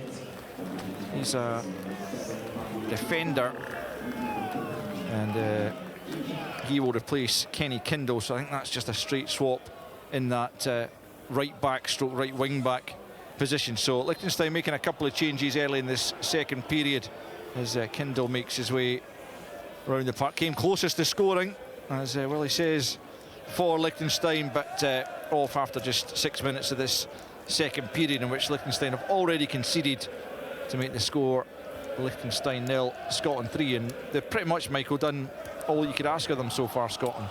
Yeah, and scoring at you know, good times early on in the match, and then just when it was hitting around about the 25 minutes, half an hour, when it was beginning to drop off a little bit, getting that second goal, and now early in the second half, it just allows the momentum to continue in the game. It's a rather rough challenge on Andy Robertson as he just tried to see the ball out for a goal kick, which he successfully did. It was Saglum making that challenge. No free kick given, just the goal kick, as Scotland take that one quickly, and it's Gilmore picking up midway inside his own half. Plays it to Ralston, who put that terrific ball in for the third goal. Flicked on by Adams and finished by Hurst of Ipswich, who, assuming he stays at the club, will be playing in the English Championship again this season upcoming. Scotland have it in the left back position through Robertson. Flicks it back the way to Hendry, just inside his own half. Plunders his options and then goes back out to Andy Robertson, who then lifts it into the penalty area. It's headed half clear, but picked up by Adams on the edge of the box. And he is on a hat-trick for Scotland. Shea Adams cleared, but picked up again by McKenna. And then Robertson on the left-hand side feeds it forward. And it comes off Liechtenstein player now for a throw-in over on the far side. 53.5 played. Liechtenstein 0, Scotland 3. Scotland looking to add to their tally further as Robertson feeds it into the area. It's headed away, but back into the Liechtenstein penalty area it comes again. It's well defended, knocked out of play over on the far side. Lennon Miller goes and offers himself for the short throw-in. Now he picks up possession and finds Robertson on the left-hand side. He rolls it into McGinn inside the penalty area. Gets it to Lewis Ferguson with his back to goal. Nods it back the way looking for Gilmour. Can't quite find him as Liechtenstein get bodies back and get the challenge in, and then they can try and come upfield over on the right-hand side, looking to build an attack of their own, but Scotland have pinched it back once more and can come forward again themselves as Gilmour just tries to feed it through. It actually came to Hurst. I don't think he was expecting it to, because there was a Liechtenstein player in the way. It did come through to him and he was taken by surprise and couldn't bring it under control. But it's good play by Gilmour, who did handle it though as he slid in to intercept the pass, and it will be a free kick to Liechtenstein just outside the penalty area. 55 almost on the clock. Liechtenstein 0, Scotland 3. But showing good endeavour and desire to go and win the ball back. Billy Gilmour had tried to play the slide rule pass before. You can see there accidentally coming down and touching the ball with his hand. He knew himself, but I think his pass before that went through to Hurst in the end. I think it just was a good example of the park just holding the ball up a little bit, because it looked like he'd given a fair bit on it, but just not enough to slide through. And then, as I said, they're showing good hunger and desire to go and try and win the ball back. The other point I would make, Michael, is that the high line that they're capable of playing when you've got someone like McKenna. Absolutely, you see that recovery McKenna, there. Unbelievable. His pace is frightening. Strength as well, Will. Yeah, huge. I mean, he's a colossus. He really is. And when you've got that kind of a pace, you can have the confidence to go. What is he? He's a good 15-20 yards into the opposition half there, and even when it looks as though he might be beaten, he's got the pace to get back. That's really important. Corner kick taken by Miller to the edge of the box to Gilmour. He couldn't either take it first time or get it under control. Ralston's caught late there. The edge of the box is going to be a yellow card to the substitute Andrew Netzer, who was trying to close Ralston down but was overzealous in his challenge.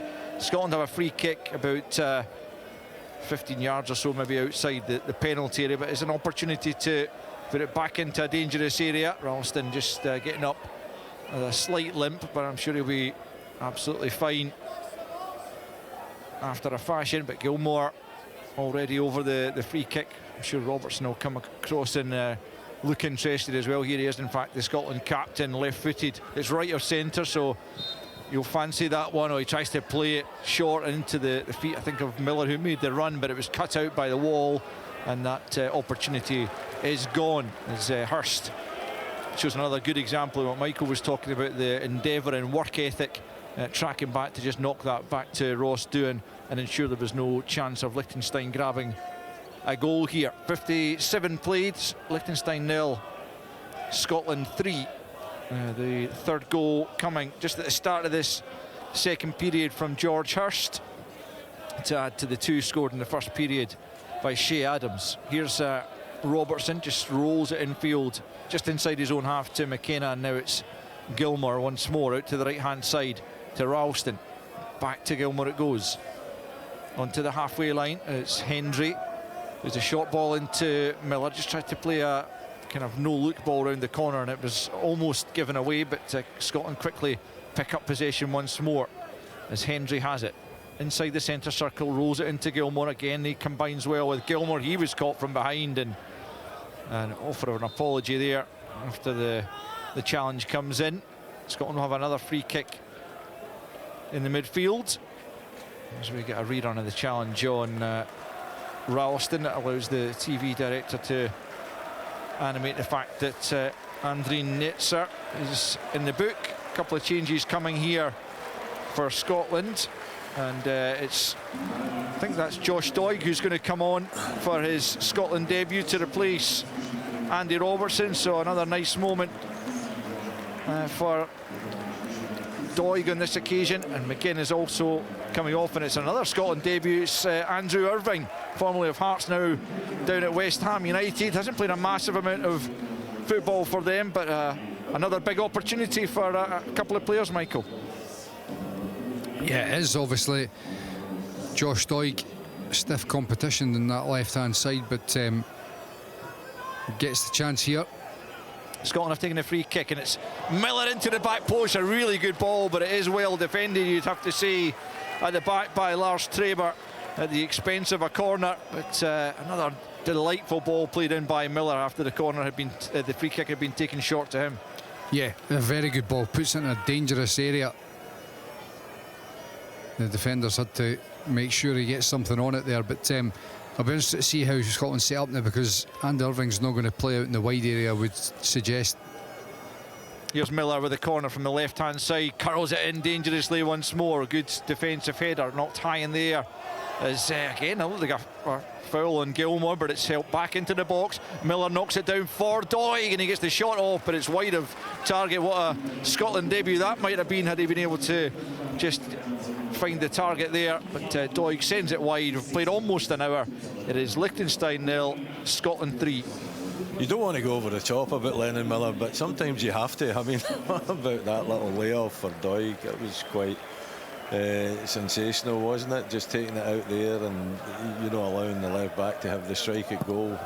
He's been outstanding. What a debut. Yeah, it's nice to be able to get excited about a top talent, and there is absolutely no doubt that is what Lennon Miller is.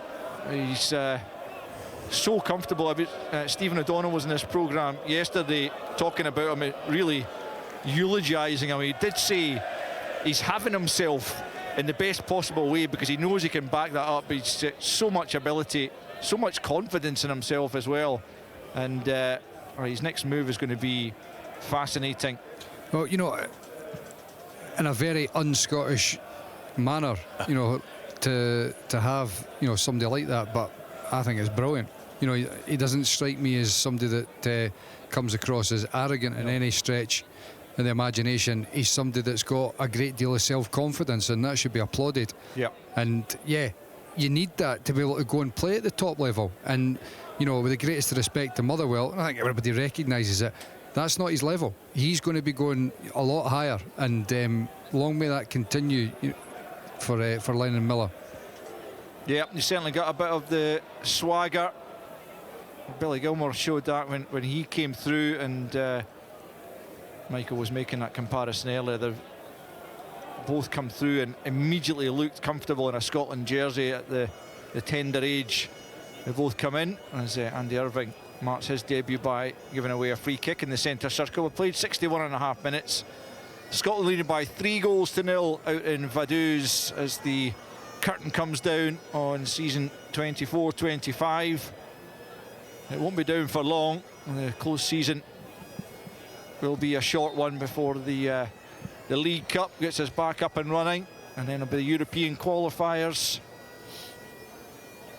But Scotland are going to be closing it out with a victory, and as much as the opposition are not great by any means, Scotland are turning in a good performance out there, and having been roundly criticised for particularly the goals they gave away against Iceland, that really made the performance probably look worse than it did at times, it felt to me. But tonight they've turned it on at times and got the 3 goals so far, and still about 27.5 minutes to add to that tally as Flower of Scotland rings round the Rhine Park Stadion. I think it was about 4,600 I saw there, the official attendance out there, and many of them will be Scots.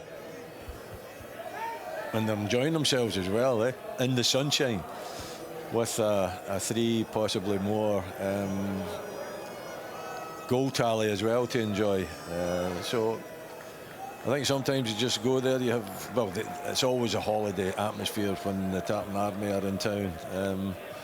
I'm sure they'll be well behaved, and I don't know, is it Steiners that we'll have over there? What do you think, Michael? Will it be Steiners tonight? Al looked like he was desperate to jump in and give you some local info there. I don't have any local knowledge whatsoever, I'm afraid. Here's Doig in an advanced area, left-hand side, just rolls it back the way, but I'm not sure it was that Irving who just tried to sweep it into the back post. Yeah, it was, and he got it all wrong. He has a good left foot, certainly, but didn't deliver what he was hoping to there, and it's gone straight behind for a goal kick. But Michael, I remember you and I doing the championship games when Hearts were in the second tier, and Andrew Irving was part of that team, and I think it was probably the year he was coming to the end of his contract. We did wonder how, where he would end up, and he's taken a rather circuitous route out to Austria, but now finds himself in the Premiership and in the international setup. Yeah, it's been a very unconventional path. You're forgetting the fact he went out to Munich and Germany as well. Yeah, he was in Munich, and the side was dissolved. They went into bankruptcy, and he was left, not knowing what he was going to be doing. And then to Austria, as you quite rightly pointed out.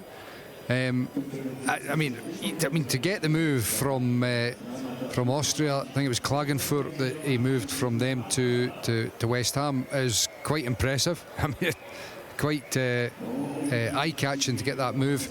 But I mean, he's got ability. There's no doubt about it. He's got a nice left foot. And and that's why I was suggesting I didn't think he was going to play it in the wide area, because he's not somebody that's blessed with blistering pace, but he'll be disappointed with that ball into the box, because he has got a good, nice cultured left foot. Fabio Wolfinger has just come on for the captain Hassler. He looked like he'd taken a knock, so Gopal takes the armband, and Fabio Wolfinger will come on in the midfield for Liechtenstein. We've got 25 minutes to play as Scotland look for a fourth goal. Ferguson can't quite wriggle through a second challenge, having rid of himself of the shackles of the first marker. Here's Ralston. It's a good, intelligent ball into Gilmore. Back the way it goes to McKenna, and now Hendry midway inside the Liechtenstein half. Ralston now for Lennon Miller. Miller gets it back once more, trying to get the better of Gopal there. Just tries to poke it back to Ferguson. Doesn't quite get there, and Liechtenstein can try and come away. But again, they're quickly dispossessed by this Scotland side that look eager to win possession back as quickly as possible, and eager to add to the 3 goals they already have as we approach the 3/4 point in the game. It's McKenna out to Doig of Sassuolo. They've just won promotion to Serie A, so we have another Scot plying his trade in the Italian top tier next season. Here he is, Doig, the former Hibs man, now 23,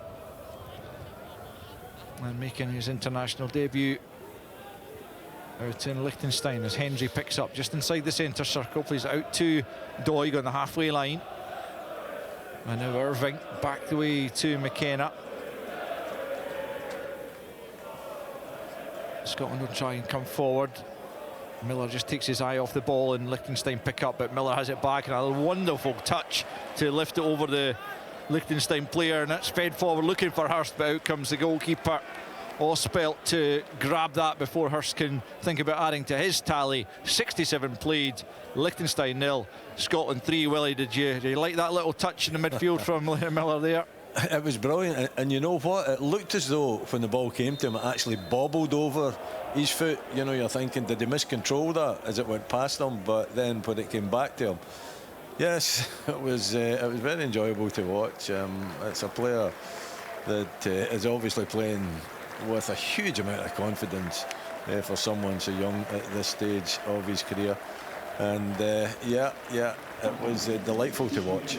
Double change for Scotland as Nathan Patterson and Tommy Conway come on, and Ralston and Hurst make way. So straight swaps at both right back and indeed up front as Middlesbrough's Conway replaces Hurst, and he'll be looking to try and get his own name on the score sheet, no doubt. Unfortunately for Michael, Kieran Bowie still sitting on the sidelines, but his time will come certainly if he continues to impress as he did in the second half of the season after battling back from that bad injury he suffered early on in his Hibs career. Scotland have it on the right hand side, and it is Patterson of Everton. Interesting to see if he makes a move in the summer. Hasn't played a lot of football since returning to fitness, but certainly more than capable of playing at that level, it seems. Scotland have it about 10 yards inside their own half. We've played 68.5 minutes. They lead by 3-0. 2 from Adams, 1 from Hurst. Here is Adams on the right of the penalty area, just ushered out towards the touch line. He's done well. He's got away from 2 to 3 challenges. Now it's still Adams. Tries to find a teammate in the middle. That's cut out. Liechtenstein on the edge of their own box, trying to get rid of the ball away from the danger area. It's down at the corner flag now. Miller and Ferguson looking to combine. Now the assistant's flag has gone up and he's pointing for a goal kick in the end. And so it will remain Liechtenstein 0, Scotland 3. Great play by Che Adams to begin with, though. You can see the replays just turning neatly in between 2 or 3 defenders, driving in towards the box. Unfortunately, not able to pick out a teammate, though. He's had a good game, though, aside from his 2 goals. He's, well, as always, I mean, he always offers you a lot of work running the channels and so on, but he's played well, and time yet for a hat-trick potentially. 20 minutes to play as Liechtenstein get a throw-in on their left-hand side on the halfway line, to be taken by Jens Hofer in his 4th consecutive start. Here he is in possession, plays it into the midfield, but again it's given away very, very cheaply. Ferguson into Irving, and now it's Miller moving forward on the left-hand side. He's got Doig. Doig it's trying to get it into the penalty area, couldn't quite force it across goal, and it's cleared as far as McKenna, who gets it back to Doig. Good first-time ball for Miller on the angle of the box, left-hand side. Back with Doig. Miller goes down, no free kick though, as Scotland continue in possession. Perhaps the referee feeling there was an advantage to be played. Here's Patterson, right-hand side, turns away from 1 challenge. Not got too many options. One of them though down the line was Gilmore. It's knocked out of play by the defender, and Scotland will get the throw in about 20 yards from the corner flag. Just under 20 left. Scotland leading by 3-0. Gilmore gets it back to Patterson, and now it's Jack Hendry, but 10 yards inside the Liechtenstein half. You feel there are more goals in this game for Scotland in the final 20 minutes, as Patterson though is dispossessed on this near side by Sella, and Liechtenstein get themselves a throw in. They're next in action against Belgium here at the start of September. And you don't imagine that they'll offer the Belgians a whole lot of threat in that one. Belgium will be looking to improve their goal difference, no doubt, in that one, as Scotland have possession on the halfway line through Gilmore. He gets it to Doig, who's seen plenty of the ball since coming on. He gets it to Adams, continues his run. It's Doig into the box, left-hand side. He goes for goal, and it's deflected just wide. And Josh Doig, that's a couple of efforts he's had already, loving to get forward on his Scotland debut. Wins his side a corner. Could have been a 4th goal. Yeah, he does well. I wondered whether he was going to just drive past his opponent himself, but playing the ball forward and continuing his run, gets into the box quickly. You can see at the back post, the striker just asking, could he have picked him out? Here's Miller then with the corner. Near post ball, it's flicked on by a defender actually, and then the clearance also made just to the edge of the box though, and Scotland will keep it alive. It's Patterson getting to the byline, fires it across goal and not behind once more for another corner. It was Traber who got in the way of Patterson's pullback. 73 almost on the clock. Scotland's knocking on the door for a 4th goal. It's good energy, isn't it, from the subs? You know, both fullbacks, Doig and Patterson, very willing to to sprint forward and take part and cause Liechtenstein all sorts of problems in terms of trying to defend against it. Irving's corner comes in, but it's headed over the top at the near post by Jack Hendry, and so Liechtenstein can take another little breather as they try to keep the score line down. Hendry doing well though at the near post to get a glance on it, just couldn't keep it down. So 73.5 played in Vaduz. Scotland with a 3-goal advantage as the goal kick is taken. Ferguson just shoves Gobble to the ground. Gobble unimpressed, looking for a free kick, but the referee just waves play on. And there's a graphic come up on the screen in front of us saying that Scotland have had 69% possession. It feels like it's really been a whole lot more than that. Is it not, Michael? 69 is still a fair amount, but yes, I would have thought it would have been slightly more than that. Here comes Scotland down the left channel, but Miller unable to get there before the keeper comes out and grabs it.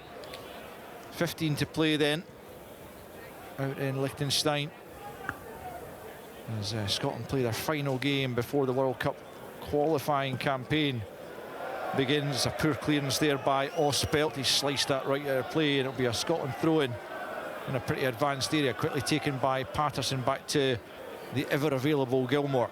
He just back heels it back to Patterson, and then it's Hendry on the halfway line, square for McKenna, and out to Doig on that far side. The Scotland left plays a little 1-2 and then knocks it infield for Miller. Goes back the way to McKenna, but 20 yards inside his own half. To the right and forward for Hendry, and then Gilmore on to Irving and back to McKenna. Good possession without really doing much with it at the moment for Scotland in the midfield, as Hendry has it back once more and looks up and plays it to his right to Ferguson. Ferguson on the halfway line coming infield and then playing it once more out to his left hand side, and it's Doig again picking up about 10 yards inside Liechtenstein territory. Scotland seeing plenty of the ball, and it's Gilmore now out to the right hand side to Patterson, midway inside the hosts half. Comes back into Hendry. Liechtenstein trying to work hard to keep the Scots at bay and ensure there is no fourth or more goals going in, but Scotland would like to add further as Gilmore continues his run. He's almost at the byline there on the left hand side, knocks it back to Doig, who sends it in first time. Conway goes up there, he does win the header, comes back to Miller on the edge of the box, looking to find himself a little bit of room. It's hacked away before he can get the shot, and out will come Ross Doohan, well out of his goal to just play that short and begin yet another Scotland attack. It's Ferguson back to McKenna, and now Irving just at the edge of the centre circle, plays it square to Gilmore. Scotland come once more, and it's Irving with the right foot. Doig stretching to try and keep that in play. He's done really well to keep a hold of possession there. Tries to get it back to a teammate, and it's Ferguson into the box. Adams gets the break of the ball, but I think he used a hand to control it. That's the referee's signal as well. He says it came off my midriff, but the referee had already given the free kick, and so it will be free kick to Liechtenstein with 13 minutes left in the clock. Liechtenstein 0, Scotland 3. You know what? See, when you have possession, I mean, the possession there was really good, but it's possession with a purpose, isn't it? You know, it's sharp, it's crisp. There's plenty of movement as well. There's plenty of options for players when they're on the ball too. You know, sometimes when Scotland play possession, certainly at the beginning of the game against Iceland, it was lethargic. There was no purpose to it. Possession's fine. I don't know how many passes that they had there without the opposition getting a touch, but it must have been 20, 30 passes perhaps. But good, crisp, sharp, with a purpose. Well, I said Kieran Bowie's time would come, and it has arrived with 13 minutes left on the clock. He makes his international debut, as does Conor Barron, coming on for the final stages. Ferguson went off. Didn't actually see who the other player going off was. Was it Adams, perhaps? So it would be maybe the most obvious one with Bowie coming on. But anyway, Kieran Bowie does get the chance to impress Steve Clark further. No, Shea Adams still looks like he's on the park there. I think it was Gilmore that came off. So Steve Clark going even more attacking with the 3 strikers on the field of play for the closing 12 minutes of this one, as they look to add to the 3 goals. And that's a free kick to Scotland, a heavy challenge going in there from the striker Saglam. And Scotland will have a free kick about 25 yards from goal, left of the centre. And well, Steve Clark said he wouldn't be overly experimental, it's not in his nature, but he certainly handed out the debuts this afternoon or this evening in the closing stages. As I say, Barron and Bowie coming on for their first senior Scotland appearances. Sometimes when a manager talks, it's not always truthful. You know, and surely you've got to. I mean, you're looking at the opposition that Scotland are up against tonight. If you're not going to be a little bit experimental and get to debutants on, then when are you going to be able to do it? You know, it's absolutely perfect for you know, Steve Clark to make these changes and get, you know, some fresh faces on. Yes, indeed.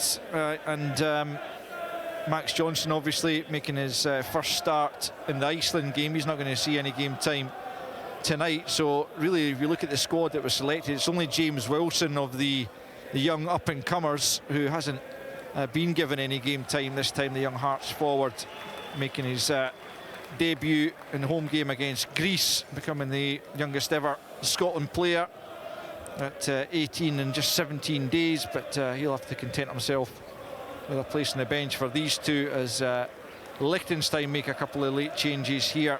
Emmanuel Zunt is going to come on, and also coming on is Willie Pizzi. That's because Saglam hasn't recovered from the injury he suffered in challenging Lennon Miller there. So on comes Pizzi up front, and Lunt as well coming on. He's looking at. He actually kicked Lennon Miller. So he's injured himself trying to injure an opponent. Yeah, looking at the other player heading off there as Lunt comes on for him. So 3-0 Scotland lead. The free kick comes to nothing. 10 to play out in Vaduz. Scotland cruising to victory, but you do sense that they would like to just put even more gloss on that scoreline if at all possible in the closing 10 minutes. Yeah, it's there to be had as well, isn't it? You know, so if you get an opportunity against any opposition to you know, put them to the sword and score more goals, in, why not take it? I think if you're a striker in particular, and there's plenty on the park as well, you've got to be desperate, you know, to add to your tally or start your tally. So it's a good opportunity for them. Not easy, I must say, because Liechtenstein, it's just bodies behind the ball, isn't it? Not too much room to create opportunities, but you must be desperate to find the back of the net and just add to the 3-0 tally that they've got so far. Wolfinger's gone down. He was just actually caught Barron and playing the pass, just also stood in his instep almost as he made that pass, and it looked like a sore one for the midfielder. Barron just on for his debut, the Rangers midfielder, and Wolfinger's going to need a little bit of treatment here before he can continue. Just on the follow through, you see just the studs of Barron catching the Liechtenstein midfielder. He'll be okay to carry on after a moment or two. 82 minutes on the clock. Liechtenstein trailing by 3-0, much to the pleasure of the Scots, who you can see out there, the travelling Tartan army. Scotland resume the game, and it is Barron in possession, going back the way to McKenna. Now Hendry on the halfway line, looks out to the right hand side to Patterson. Patterson just a few yards in from the touchline, plays the bounce pass with Irving, and then takes the ball into the centre circle and then plays it short to Miller. Miller forward ball, looking for Bowie out there on that left hand side of what looks like a front three almost now, the 3 central strikers effectively. And Scotland have a throw-in over on the left flank. It's taken into Lennon Miller, can't bring it under control, and Liechtenstein can come forward down the right-hand side. It will be chased there by Netzer, but Scotland in charge yet again, and Ross Doohan gets one of very few touches he's had throughout. He's certainly not had to make a save, as yet again Liechtenstein have failed to get a shot on target. Here's McKenna on the halfway line, out to Doig, left-hand side. 6.5 to play. Scotland leading by 3-0. Hendry now clips that one in, rather straight ball. He was looking for the run of Adams, doesn't quite find him. Liechtenstein able to defend that situation and bring the ball down the right-hand side. But no player able to get anywhere near that forward ball, and it's easy for Hendry to just pick up possession and bring it forward once more for Scotland. 6 minutes left on the clock, plus any added on time, of which I don't think there'll be too much. And then the season will indeed be at an end, as Hendry plays it out to Patterson, right-hand side. Tries the little nutmeg, doesn't quite come off. It was read by Sella, and out for a throw into Scotland, about 5 yards inside the Liechtenstein half. Right-hand side for Patterson to take. Throws it into Conway. Conway goes back the way to McKenna. He and Hendry have been unflustered at the back, with Liechtenstein concentrating on damage limitation pretty much throughout. Here's Hendry on the halfway line again. He just tries to clip the diagonal, looking for Bowie. And it's shepherded back to the goalkeeper, Justin Ospelt, who's conceded just the one since coming on at half-time.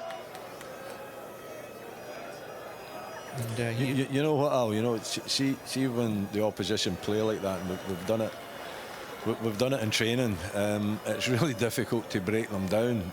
You know, I think Scotland have been pretty bright. You know, throughout this game, the heads haven't went down at any stage. Not that they should have, but the energy's been there. But see, when they just, you know, load their box and have the barrier in front of the defence, and basically any strikers have got are defenders, then it's really difficult to break the opposition down. So to get 3 goals is not a bad tally. Obviously, you'd like to see more, but you know, 3 against this kind of a opposition and this kind of a tactics is quite a good haul. It's certainly been a more comfortable victory than either of the other two against them back in the European qualifiers in 2010-2011 under Craig Levine. The 2-1 victory at Hampden was just his second competitive game in charge, after another fairly ignominious 0-0 draw out in Lithuania to start the campaign. It was kind of over before it started. But brighter days now for the national team, you would have to say, with a World Cup qualifying campaign on the horizon, and certainly a group which there's absolutely no reason. You look at it with Denmark, Greece and Belarus. Yes, it'll be testing, but at the same time, with the players we've got, Michael, there's no reason we can't go and make an imprint on that group. No doubt about it, but you know, you talk about 2 opening games that the campaign's over before it began previously, and how disappointing that is under you know, a spell when it was becoming the norm, and it was really disheartening. Whereas now the positivity is back in the national team, obviously having qualified for the last couple of Euros, but the World Cup still has that allure, and we've not done it for a while. The 2 games that we're starting with, away against Denmark and then Belarus, are hugely important. You've got to start brightly, and if we're able to do that, it just sets us up perfectly. You know, 2 tough away games, yes. If we get good results there, then it sets things up perfectly for a positive campaign. Yeah, Copenhagen to start with. It's a neutral venue for Belarus. It is an away game technically, but unclear as yet exactly where that will take place. But maybe... Is it in Azerbaijan, perhaps? Because I'm just thinking about, obviously, when Hearts played Dinamo Minsk in the Conference League, it ended up being in Azerbaijan. Pretty sure the SFA are yet to confirm, and their Belarus counterparts yet to confirm exactly where it will be, but there's every chance it could end up being there. A couple of minutes left in Liechtenstein, as you can tell by the conversation. There's not a whole lot happening on the park as both sets of players just seeing out the last couple of minutes. But well, a little bit of positivity certainly returned to the national setup after the disappointment, both of Friday night and indeed the defeat at Hampden by Greece, who will certainly also provide stiff opposition in that qualifying group. Remember, just the winners qualifying automatically for the World Cup, the runners-up into a playoff. More of that to come in the coming months, but Liechtenstein have a throw-in just more or less on the halfway line on their left hand. Actually, it's a free kick. I'm not sure what that was given for, but free kick is taken with a big switch of play out to the Liechtenstein right. They look to try and maybe grab a late goal here to give them something to cheer, as unlikely as that might seem, because Scotland have yet again won the ball back pretty quickly. But it has been a comfortable victory. No doubt the early goal from Shea Adams inside 4 minutes putting Scotland on a positive path from the off, and able to add further to that through another Adams goal in the first period, and then George Hurst's first Scotland goal early in the second half. Scotland still looking to try and grab a fourth before the final whistle goes. Into the box it comes from Doig. It might come to Patterson at the edge of the box. Here he is, just exchanging passes there with Irving on the angle of the box on the right hand side. He plays it square to Miller, who'd love to cap his first start for his country with a goal. Then it's Irving teasing it in, and almost Adams on the end of it for his first Scotland hat-trick, but he just couldn't make the connection he was looking for, and it's grabbed by Ospelt as we tick into injury time, and another chance for Scotland goes a-begging. Yeah, he just tries to flick that with outside his left foot. Wondered whether it took a deflection off the Liechtenstein defender just as it was going through. Not able to get a touch on it, Adams. I think anything, and he would have been able to get it past the goalkeeper. I think it did take a little touch as well. Maybe just put him off as he made that run to the near post.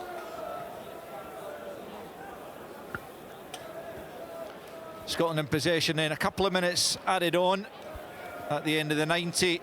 We're into the stoppage time now, and Steve Clarke is about to notch what will be his 29th victory in his 68th Scotland game, and he now moves to within 3 games of Craig Brown's tenure. Craig Brown, the longest ever, or certainly the most games in charge of Scotland, and Steve Clarke on the verge of equalling that within the World Cup campaign. I've been reliably informed that you're not up to date, Alistair. Oh, really? Hungary, apparently, is where the game is going to be played. Oh, that's... Robert Grieve of The Sun had messaged to tell me. Well, a good name check for Robert, who's never wrong in these kind of situations. So thanks for him getting in touch with you. That's good. So Hungary for the Belarus game. I always like there to be at least one time during a commentary, Michael, where you can correct me on something. Well, it was Robert, it wasn't me.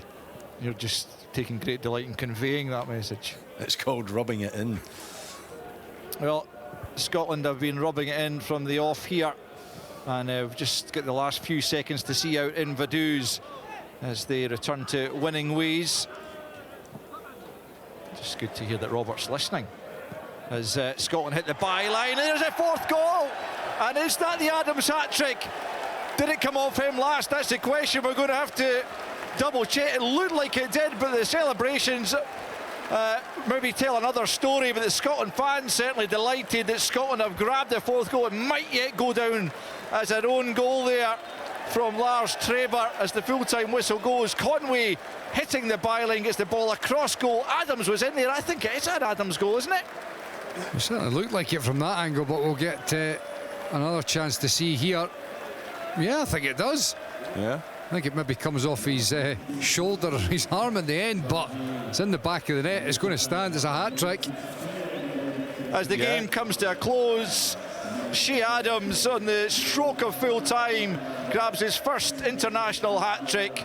Wonderful moment for him to round off a good Scotland performance. They've done absolutely all that you could have asked of them out in Liechtenstein against what has to go down as substandard opposition, but as they say, you can only beat what's in front of you. Adams with 2 goals in the first half, added to by George Hurst at the start of the second, and then the final touch of the ball was Adams to knock it into the back of the net to notch his first international hat-trick and make the final score in Vaduz, Liechtenstein 0,